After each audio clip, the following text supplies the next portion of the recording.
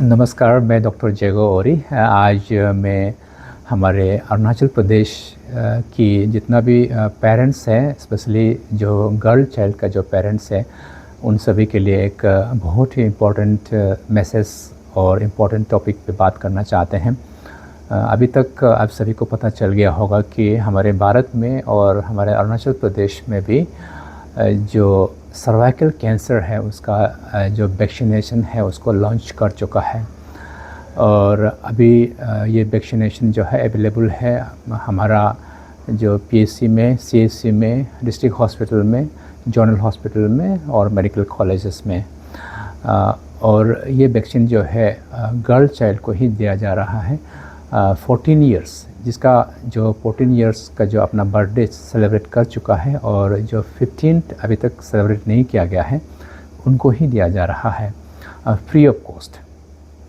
और ये जो वैक्सीन जो लॉन्च हुआ था, बहुत सा पेरेंट्स लोग हमें भी पर्सनली कॉल किया है, मैसेजेस भी किया है कि ये जो वैक्सीन लेना चाहिए या नहीं लेना चाहिए, क्योंकि आप सभी ने देखे होंगे सोशल मीडिया में कि ये वैक्सीन नहीं लेना है, इसको लेने से इनफर्टिलिटी होगा, बच्चा दाना ख़राब हो जाएगा, इस टाइप का मतलब बहुत सा वीडियोस आए थे जिनका कारण से पेरेंट्स लोग को बहुत कन्फ्यूज़न हो रही थी। तो मैं एज ए डॉक्टर आप सभी को बता दूं कि ये वैक्सीन जो है बहुत सेफ़ माना जाता है। ये वैक्सीन जो है रिसर्च करके ही बनाया गया है और ये ऑलरेडी 2026 तक अभी तक 160 कंट्रीज़ में ऑलरेडी लॉन्च कर चुका है, ऑलरेडी ले रहे हैं पहले से। और हमारा ये जो साउथ ईस्ट एशिया कंट्री में तो ऑलमोस्ट ऑल कंट्रीज़ में हो गया है, सिर्फ एक दो को छोड़ के अभी तक नहीं किया, लेकिन ऑलमोस्ट ले रहे हैं। और ये बहुत सेफ़ ही माना जाता है। ये वैक्सीन लेने के बाद थोड़ा सा ऐसा जैसे नॉर्मल वैक्सीन जब हम लोग लेने से जो होता है, जैसे फीवर थोड़ा सा हो सकता है या फिर लेने का जो साइट में थोड़ा सा पेन हो सकता है, रसेस वगैरह हो सकता है, तो वो 2-3 दिन में ऐसे ही चला जाएगा, सेल्फ लिमिटिंग माना जाता है। अगर ज़्यादा फीवर हुआ है तो थोड़ा सा पैरासिटामोल वगैरह यूज़ कर सकता है। तो ये जैसे हम डीपीटी या फिर बाकी वैक्सीन को जब लेता है तो वही प्रिकॉशंस ही लेना है। तो ये नॉर्मल वैक्सीन माना जाता है। और ये वैक्सीन जो है पहले प्राइवेट में भी प्राइवेटली अवेलेबल था इंडिया में, लेकिन बहुत कॉस्टली था, जिनके कारण से बहुत से पेरेंट्स लोग अफोर्ड नहीं कर सका है।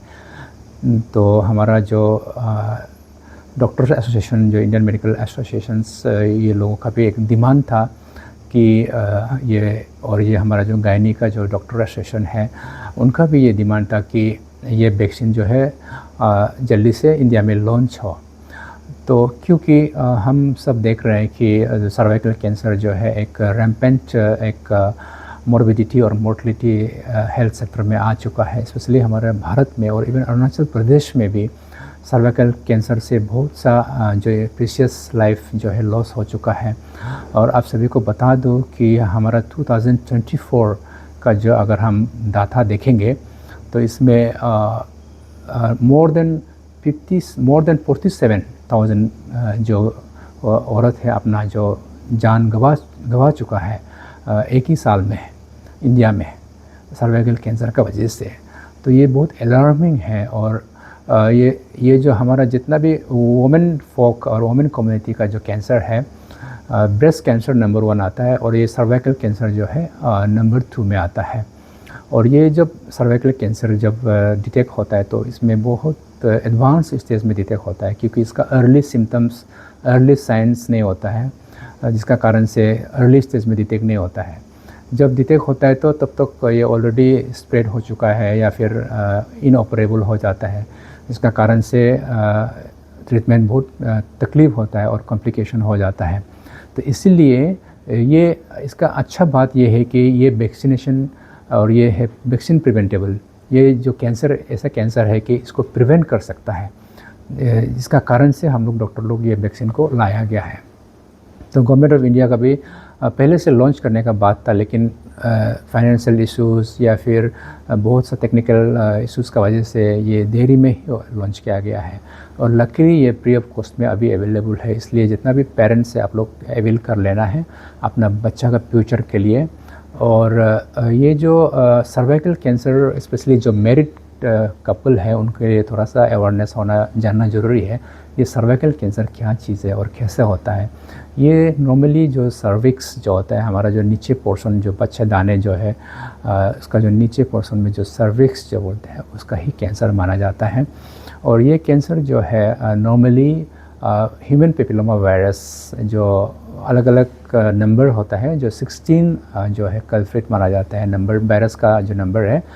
तो ये 99% केसेस जो है ह्यूमन पेपिलोमा वायरस से ही होता है। और ह्यूमन पेपिलोमा वायरस जो है कॉन्टेक्ट जो है सेक्सुअल कॉन्टेक्ट से भी होता है, स्किन टू स्किन जो जेनिटल कॉन्टेक्ट है उसमें भी स्प्रेड होता है। तो इसलिए ये जो कैसे पता चलेगा कि आपको किन लोगों को ये जो होने का चांसेस है, ये जो नॉर्मली आप कैसा पता चलेगा कब आपको डॉक्टर के पास आना चाहिए। ऐसे तो सर्वाइकल कैंसर स्क्रीनिंग में तो आप खुद भी बीच बीच में आके अपना जो चेकअप करा लेना है अपना गायनोकोलॉजिस्ट को। अगर कुछ दिक्कत ना होने से भी पीरियोडिक स्क्रीनिंग तो करना ज़रूरी है। लेकिन आपका जब सेक्सुअल कांटेक्ट होता है या आप अपना पति का साथ जब सोते हैं तो उस समय जो पेनफुल सेक्सुअल इंटरकोर्स जब होता है वो भी एक सिम्टम्स है। उसके बाद ब्लीडिंग ऑन सेक्सुअल इंटरकोर्स, उस समय भी आपको अलार्मिंग, मतलब वो भी आपका रेड फ्लैग्स माना जाता है, वो भी चेक करना है। उसके बाद डिस्चार्ज, जब पोल स्मेलिंग डिस्चार्ज बोलता है, जो डिस्चार्ज जो है बहुत स्मेल करता है और वो प्रोलॉन्ग पीरियड से हो रहा है, बहुत देर से हो रहा है, 1 महीना 2 महीने से हो रहा है, तब भी आपको डॉक्टर के पास आना है, अपना गायनोकोलॉजिस्ट को दिखाना है। उसके बाद जब आप अपना उसके बाद नीचे में जो पेल्विक पेन, आपका पीरियड के साथ समय में पेन हो सकता है या फिर ऐसे भी आपका पेल्विक एरिया में जो पेन होता है, तो वो सब आपको आना चाहिए चेकअप के लिए। उसके बाद जब आप अपना जो प्राइवेट पार्ट्स है उसमें अगर फंगेटिंग घाव हो गया या फिर रेडनेस घाव दिखाई दे रहा है, तो ऐसा होने से वो भी आना है। तो ऐसे जब आप गायनोकोलॉजिस्ट के पास आएंगे तो आप स्वाब टेस्ट होता है, उसमें हमारा सर्वाइकल स्मेयर टेस्ट एक होता है, जो आपका जो बच्चेदाने हैं उनका जो नीचे पोर्शन को थोड़ा सा स्क्रैप करके, ये नॉन पेनफुल होगा, कुछ दर्द नहीं होगा, उसको टेस्ट के लिए भेजता है। तो इसलिए आप जब भी आपको पीरियड्स इरेगुलर या फिर आपका पेन वगैरह या फिर डिफाइड डिस्चार्ज या फिर पेनफुल इंटरकोर्स या फिर प्रोलॉन्ग पोल स्मेलिंग डिस्चार्ज वगैरह होने से आप अपना डॉक्टर के पास आइए और अपना जो स्क्रीनिंग करा लीजिए, क्योंकि ये अर्ली स्टेज में अगर पकड़ेगा तो इनका क्यूरेटिव में जब जा सकता है, क्यूरेटिव ट्रीटमेंट में जा सकता है और आराम से आप नॉर्मल लाइफ जी सकता है। अगर आप ध्यान नहीं देगा तो लेट स्टेज में जब पकड़ेगा तो फिर ये आपको बाद में हानिकारक हो सकता है। और इसका सबसे इम्पोर्टेंट, जैसे मैं पहले बोला कि इनका वैक्सीन प्रिवेंटेबल, तो वैक्सीन प्रिवेंटेबल सबसे अच्छा मतलब ये एक है। इसलिए अभी हमारा अरुणाचल प्रदेश में जब दे ही रहा है तो आप लोग ले लीजिए, स्पेशली जो गर्ल चाइल्ड है, जो गर्ल पेरेंट्स हैं, आप लोग ले लीजिए। लेने के लिए आपको उधर में एज प्रूफ के लिए आप एक डॉक्यूमेंट लेके आना होगा, जो आधार कार्ड है आप लेके दिखा सकता है कि आधार कार्ड दिखाने से आपको हॉस्पिटल में, आपका nearest hospital, sub centre, medical college या फिर डिस्ट्रिक्ट हॉस्पिटल या फिर जनरल हॉस्पिटल या इवन PSCC में भी ये अभी फ्रीली अवेलेबल है और आप इसको अवेल कर लीजिएगा। So that's for today, thank you.